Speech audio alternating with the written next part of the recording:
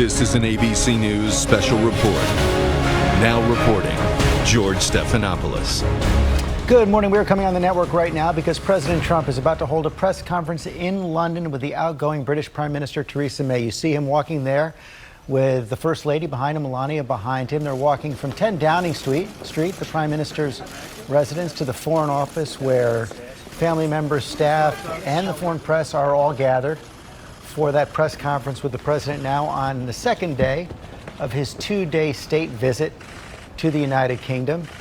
First day, mostly pomp and ceremony, meeting with the Queen, lavish state banquet last night where the president was toasted by the Queen. This was in his honor last night. The president will reciprocate tonight by hosting a dinner in England before going on to Ireland and then to D-Day, the 75th anniversary of D-Day celebrations in Normandy on Thursday. The president stirred up a little controversy on his way into Great Britain by criticizing the mayor of London, inserting himself in that debate over Brexit and the race to replace Theresa May. But so far, since he's been on the ground, the day is going pretty smoothly. There are some protests in London today. Tens of thousands of people in the streets protesting the president and his policies. His policies are not popular in Great Britain. Of course, they're embroiled in their own Brexit debate as well. Most of that put aside yesterday when the president met with the Queen and Prince Charles, and his family was in attendance, as they are in attendance today for this press conference. You see those two flags right there, Union Jack and the flag of the United States of America. Well, we said there's been a special relationship between the United States and Great Britain ever since the days of Winston Churchill in World War II, under some strain under President Trump. And the British Prime Minister, Theresa May, has been under strain of her own, forced out of office. She will be leaving it in 3 days as Prime Minister over this debate over Brexit, which has divided Great Britain so deeply. There we see the First Lady, Melania Trump, entering the Foreign Office, room where this press conference will be held. She just attended a garden party made up of children of the staff members of the British government. She is taking her seat, and we expect the president and the prime ministers. You see the rest of the president's family there as well. Eric Trump, Ivanka Trump, also there. Jared Kushner, both Jared Kushner and Ivanka Trump, of course, president's senior advisors as well.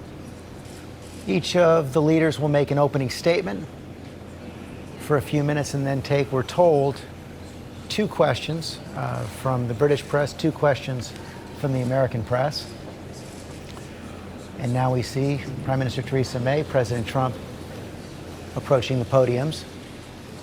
It's likely to be the last major press conference in office for Theresa May.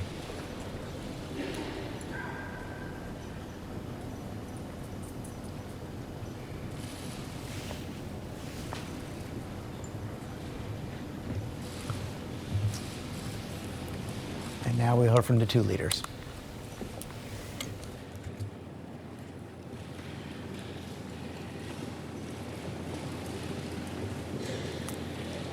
This week, we commemorate the extraordinary courage and sacrifice of those who gave their lives for our liberty on D-Day 75 years ago. As leaders prepare to gather here from across the world, it is fitting that we begin with a celebration of the special relationship between the United Kingdom and the United States, enduring partners who stood side by side on that historic day and every day since. For generations, at the heart of the transatlantic alliance has been our shared democratic values, our common interests, and our commitment to justice. It is that unity of purpose that will preserve the deep-rooted ties between our people and underpin our nation's security and prosperity for the next 75 years and beyond. So I am very pleased to welcome the President of the United States of America on this state visit to the United Kingdom. For the past 2.5 years, the President and I have had the duty and privilege of being the latest guardians of this precious and profound friendship between our countries. As with our predecessors, When we have faced threats to the security of our citizens and our allies, we have stood together and acted together. When Russia used a deadly nerve agent on the streets of our country, alongside the UK's expulsions, the President expelled 60 Russian intelligence officers, the largest contribution towards an unprecedented global response. And in Syria, when innocent men, women and children were victims of a barbaric chemical weapons attack, Britain and America, along with France, carried out targeted strikes against the regime.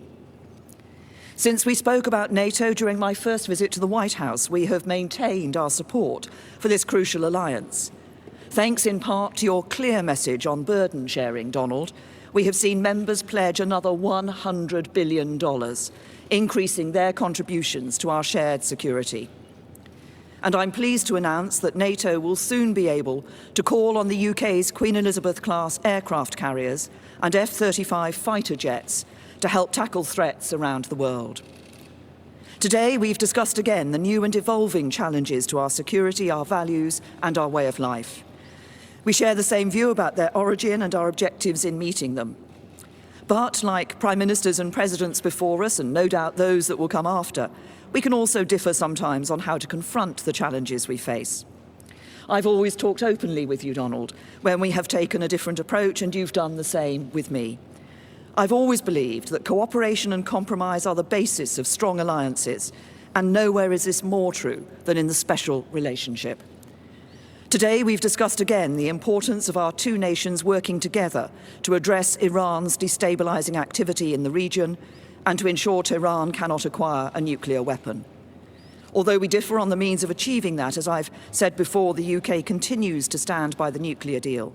It is clear that we both want to reach the same goal. It is important that Iran meets its obligations, and we do everything to avoid escalation, which is in no one's interest.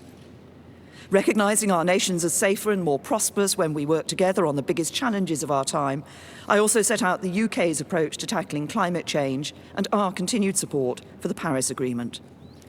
And we also spoke about China, recognising its economic significance and that we cannot ignore action that threatens our shared interests or values. As we've deepened our cooperation on security, including our joint military operations and our unparalleled intelligence sharing, so our economies too are ever more tightly bound together. Every morning, 1 million Americans get up and go to work for British companies in America, and 1 million Britons do the same for American companies here. Our trading relationship is worth over £190 billion a year, and we're the largest investors in each other's economies, with mutual investments valued at as much as $1 trillion. Mr. President, you and I agreed the first time we met that we should aim for an ambitious free trade agreement when the UK leaves the EU. And from our positive discussions today, I know that we both remain committed to this. I'm also sure that our economic relationship will only grow broader and deeper, building on the conversations we had and the ideas we heard from UK and US businesses when we met them earlier today. Tomorrow, we will sit down in Portsmouth with our fellow leaders to reaffirm the enduring importance of the Western Alliance and the shared values that underpin it. And as we look to the future, in the years and in the generations ahead, we will continue to work together to preserve the alliance that is the bedrock of our shared prosperity and security, just as it was on the beaches of Normandy 75 years ago. Mr. President.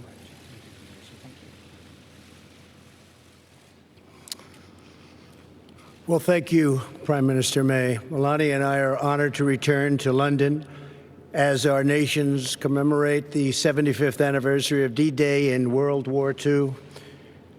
We want to thank Her Majesty the Queen, who I had a lovely dinner with last night, a fantastic person, fantastic woman, for so graciously inviting us to this state visit.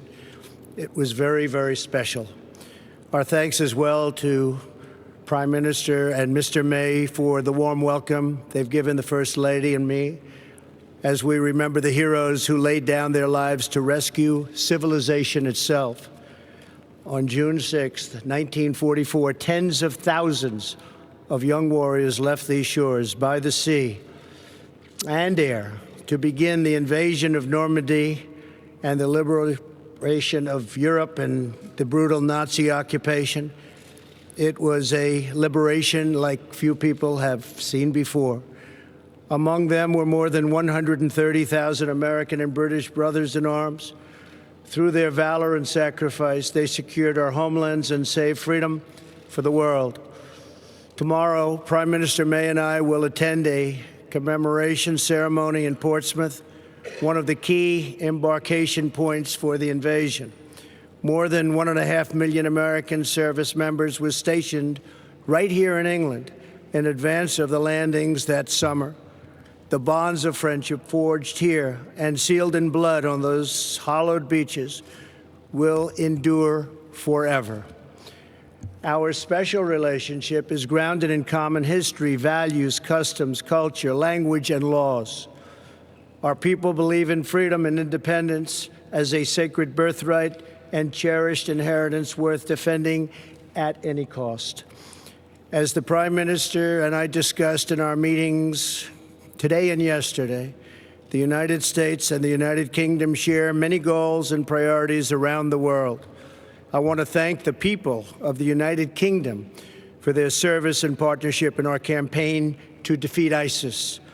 As we announced a few months ago, ISIS's territorial caliphate in Syria and Iraq has been completely obliterated, defeated. The United Kingdom is also a key partner in NATO. The Prime Minister and I agree that our NATO allies must increase their defense spending. We've both been working very hard toward that end, and we are very current, and some of them are not. We can't allow that to happen, but I appreciate everything you've done in that regard. We expect a growing number of nations to meet the minimum 2% of GDP requirement. To address today's challenges, all members of the alliance must fulfill their obligations. They have no choice. They must fulfill their obligation. Among the pressing threats facing our nations is the development and spread of nuclear weapons. Perhaps that's our greatest threat. The United States and the United Kingdom are determined to ensure that Iran never develops nuclear weapons and stops supporting and engaging in terrorism. And I believe that will happen. In protecting our nations, we also know that the border security is national security. Today, the Prime Minister and I discussed our thriving economic relationship. Both countries are doing very well, and participated in a roundtable with industry and business leaders. I can say probably the biggest business leaders anywhere in the world. Our nations have more than $1 trillion invested in each other's economics. The United Kingdom is America's largest foreign investor and our largest European export market. That's a lot of importance. As the UK makes preparations to exit the European Union, the United States is committed to a phenomenal trade deal between the U.S. and the UK. There is tremendous potential in that trade deal. I say probably 2 and even 3 times of what we're doing right now. Tremendous potential. 75 years ago this Thursday, courageous Americans and British patriots set out from this island toward history's most important battle. They stormed forward out of ships and airplanes, risking everything to defend our people and to ensure that the United States and Britain would forever remain sovereign and forever remain free. Following this press conference, Prime Minister May, Mr. May, the First Lady, my family and I will visit the legendary Churchill War Rooms beneath the streets of London. I look forward to that. In his famous speech on this day in June 1940, Prime Minister Churchill urged his countrymen to defend our island, whatever the cost may be. As we mark this solemn anniversary of D-Day, we remember that the defense of our nations does not begin on the battlefield, but within the heart of every patriot. Today, let us renew our pledge, engraved at the American Cemetery in Normandy and inscribed by President Dwight Eisenhower in St. Paul's Cathedral, right here in London, that the cause for which they died shall live. Prime Minister May, it's been a true honor. I have greatly enjoyed working with you. You are a tremendous professional and a person that loves your country dearly. Thank you very much. Really an honor. Thank you for the invitation to memorialize our fallen heroes and for your partnership in protecting and advancing the extraordinary alliance between the American and the British people. It's the greatest alliance the world has ever known. Thank you, Prime Minister. Thank you. Thank you. Thank you very much.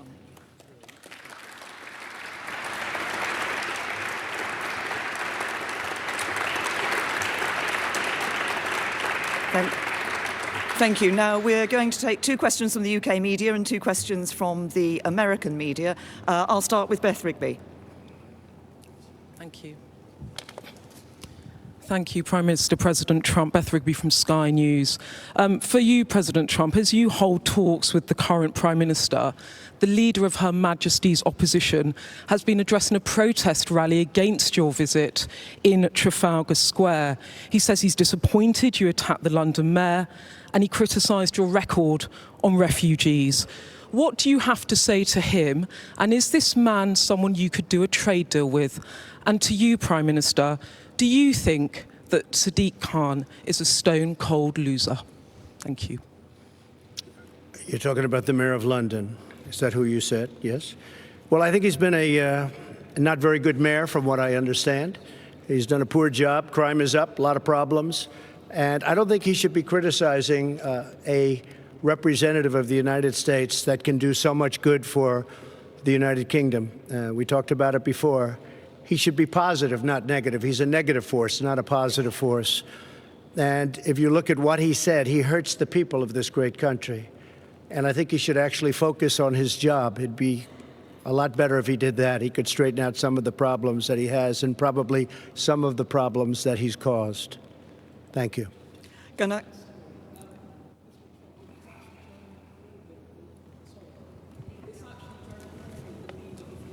Sure, yes, he wanted to meet with me, and I told him no. Yes. Well, I don't know Jeremy Corbyn. Never met him. Never spoke to him. He wanted to meet today or tomorrow, and I decided that I would not do that. I think that he is, from where I come from, somewhat of a negative force. I think that people should look to do things correctly as opposed to criticize. I really don't like critics as much as I like and respect people that get things done. So I've decided not to meet. As far as the protests, I have to tell you, because I commented on it yesterday, we left, the Prime Minister, the Queen, the royal family. There were thousands of people on the streets cheering. And even coming over today, there were thousands of people cheering. And then I heard that there were protests. I said, where are the protests? I don't see any protests. I did see a small protest today when I came, very small. So a lot of it is fake news, I hate to say. But you saw the people waving the American flag, waving your flag. It was tremendous spirit and love. There was great love. It was an alliance. And I didn't see the protesters until just a little while ago, and it was a very, very small group of people put in for political reasons. So it was fake news. Thank you. And I would say to both the Mayor of London and to Jeremy Corbyn, the discussions that we have had today are about the future of this most important relationship between the US and the UK. As the President described it, the greatest alliance the world has seen. It is this deep, special relationship and partnership between the United States and the United Kingdom that ensures our safety and security, and the safety and security of others around the world too. And it is this relationship that helps to ensure there are jobs that employ people here in the UK and in the United States, that underpins our prosperity and our future. That is a relationship we should cherish. It is a relationship we should build on. It is a relationship we should be proud of. Mr. President, would you like to... Big, and this really is a very big and important alliance. And I think people should act positively toward it because it means so much for both countries. It means so much, and it's been so good. Steve Holland, yes, go ahead, Steve. Thank you, Mr. President. Thank you. Is that on? There. What is your current view on Brexit, sir? Should Britain leave the European Union if there is no agreement by October 31st? And for the Prime Minister, what would be the ramifications for the UK if there is not a deal? Well, I don't like to take positions in things that I'm not, really. I understand the issue very well. I really predicted what was going to happen. Some of you remember that prediction. It was a strong prediction, made at a certain location on a development we were opening the day before it happened.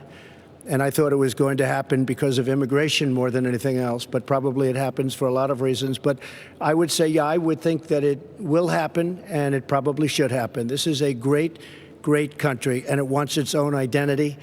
It wants to have its own borders. It wants to run its own affairs. This is a very, very special place, and I think it deserves a special place. And I thought maybe for that reason, and for others, but that reason it was going to happen. Yeah, I think it will happen. And I believe the Prime Minister's brought it to a very good point where something will take place in the not-too-distant future. I think she's done a very good job. I believe it would be good for the country, yes. And from my point of view, I believe it is important for us to deliver Brexit. We gave that choice to the British people. Parliament overwhelmingly gave the choice to the British people. We should now deliver on that choice. I continue to believe that actually it's in the best interests of the UK to leave the European Union in an orderly way with a deal. I think we have a good deal. Sadly, the Labour Party and other MPs have so far stopped us from delivering Brexit and that deal. But we will. But obviously, this is an issue that is going to continue here in the UK. I think the important thing is we deliver Brexit, and once we're out of the European Union, we will be able to do what we've been talking about today and develop not just that free trade agreement, but a broader economic partnership into the future.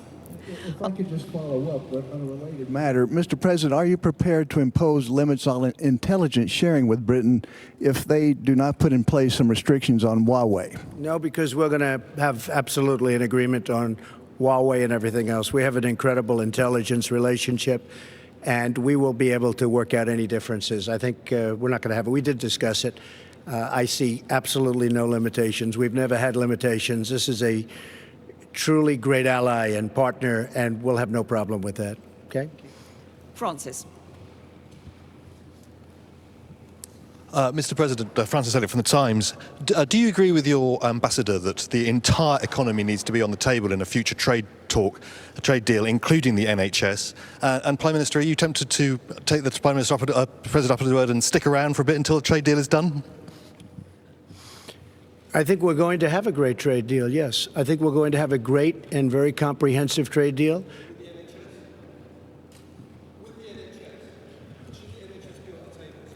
I can't hear him. What? It's the National Health Service. He says, should the National Health Service be on the table? Look, I think everything with the trade deal is on the table. When you're dealing in trade, everything's on the table. So NHS or anything else, or a lot more than that. But everything will be on the table, absolutely. Okay. But the point about making trade deals is, of course, that both sides negotiate and come to an agreement about what should or should not be in that trade deal for the future. And as regards your second question, Francis, nice try, but no. Look, I'm a woman of my word. Mr. President, would you like to? John, please. Mr. President, thank you. Mr. President, domestically, in recent days, Mexico has stepped up apprehensions and deportations of Central American migrants. That's good. This could possibly be in response to your threat of tariffs. Has Mexico Not possibly be. Has Mexico done enough to avoid tariffs, which will be imposed in some 6 days from now? No, we haven't started yet. But the threat is out there. Yeah, the threat is out there, but we haven't really started yet. No, this will take effect next week. And what 5%. And what do you think of Republicans who say that they may take action to block you imposing those tariffs? No, I don't think they will do that. I think if they do, it's foolish. There's nothing more important than borders. I've had tremendous Republican support. I have a 94% approval rating as of this morning in the Republican Party. That's an all-time record. Can you believe that? Isn't that something? I love records. But we have a 94% approval rating in the Republican Party. I want to see security at our border. I'm going to see great trade. I'm going to see a lot of things happening, and that is happening. And as you know, Mexico called. They want to meet. They're going to meet on Wednesday. Secretary Pompeo is going to be at the meeting, along with a few others that are very good at this, and we are going to see if we can do something. But I think it's more likely that the tariffs go on, and we'll probably be talking during the time that the tariffs are on and they're going to be paid. And if they don't step up and give us security for our nation, look, millions of people are flowing through Mexico. That's unacceptable. Millions and millions of people are coming right through Mexico. It's a 2,000-mile journey, and they're coming up to our border. And our Border Patrol, which is incredible, they're apprehending them. But our laws are bad because the Democrats don't want to pass laws that could be passed in 15 minutes, that could be passed quickly. In one day, it could change. But even beyond the laws, Mexico shouldn't allow millions of people to try and enter our country. And they could stop it very quickly. And I think they will. And if they won't, we're going to put tariffs on. And every month, those tariffs go from 5% to 10% to 15% to 20% and then to 25%. And what will happen then is all of those companies that have left our country and gone to Mexico are going to be coming back to us. And that's okay. That's okay. But I think Mexico will step up and do what they should have been done. And I don't want to hear that Mexico is run by the cartels and the drug lords and the coyotes. I don't want to hear about that. A lot of people are saying that. Mexico has something to prove. But I don't want to hear that they're run by the cartels. You understand. You report on it all the time. A lot of people do. That would be a terrible thing. Mexico should step up and stop this onslaught, this invasion into our country, John. And Prime Minister May, you tried 3 times to get a deal on Brexit. At this point, do you believe that a deal on Brexit is possible, or is this a Gordian knot? President Trump says that you didn't take his advice in terms of negotiation. Should you have? Would that have made a difference? And President Trump, if I could ask a follow-up, you had a conversation with Boris Johnson. Could we ask what you spoke about, and will you meet with Michael Gove today? Well, first of all, on the first issue, as I said in answer to an earlier question, I personally believe that it is in the best interests of the UK to leave the European Union with a deal. I believe there is a good deal on the table. Obviously, it will be for whoever succeeds me as Prime Minister to take this issue forward. What is paramount, I believe, is delivering on Brexit for the British people. And I seem to remember the President suggested that I sued the European Union, which we didn't do. We went into negotiations and we came out with a good deal. Yeah, that's not such a... I would have sued, but that's okay. I would have sued and settled, maybe, but you never know. She's probably a better negotiator than I am, Jeremy. But you know what? She has got it, in a sense, John. That deal is teed up. I think that deal is really teed up. I think they have to do something. And perhaps you won't be given the credit that you deserve if they do something, but I think you deserve a lot of credit. I really do. I think you deserve a lot of credit. Okay? Yes, John? So I know Boris. I like him. I've liked him for a long time. I think he'd do a very good job. I know Jeremy. I think he'd do a very good job. I don't know Michael. But would he do a good job, Jeremy? Tell me.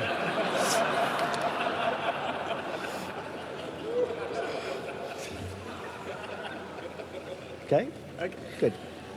Thank you very much, everybody. Thank you. Thank you very much. There you have it right there. President Trump, British Prime Minister Theresa May.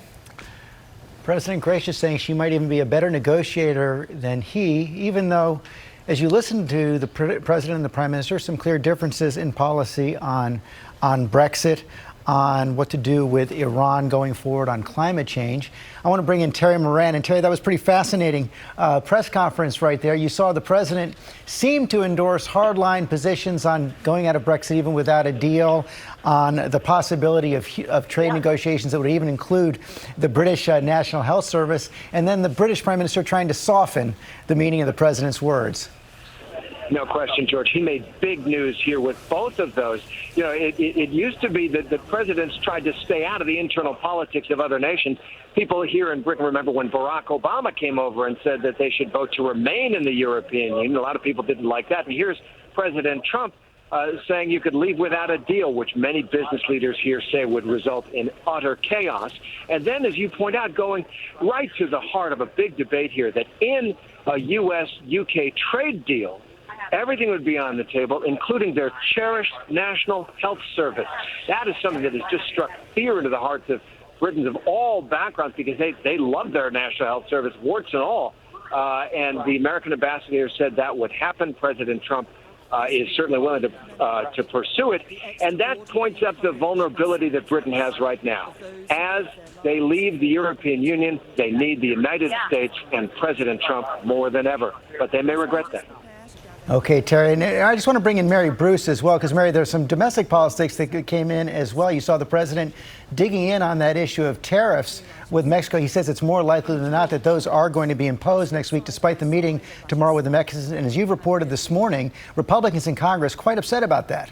Yeah, George, Republicans are simply not happy with the president's surprise announcement about this plan to impose tariffs on Mexico, and they are now considering taking action to try and block the president. We heard the president there saying that any attempt to do that would be foolish. Republicans here could potentially block the president in this executive action. It could also have the impact of preventing billions of dollars that were supposed to be going towards the president's wall. But members of the president's own party are not happy. They are concerned that these tariffs could essentially amount to a tax increase on American consumers and businesses. They're also concerned that it could risk the president's other new trade deal. And so Republicans now are trying to figure out what their avenue is. What can they do? But if they do take action in Congress to block this, George, it would be a really decisive blow from the president's own party. And a lot will depend on how that meeting with the Mexicans goes tomorrow. Mary Bruce, thanks very much. Thanks to Terry Moran in London. Our coverage of the president's trip will continue on our live channel. We're going to go back to the network right now. And for many of you, that's Good Morning America.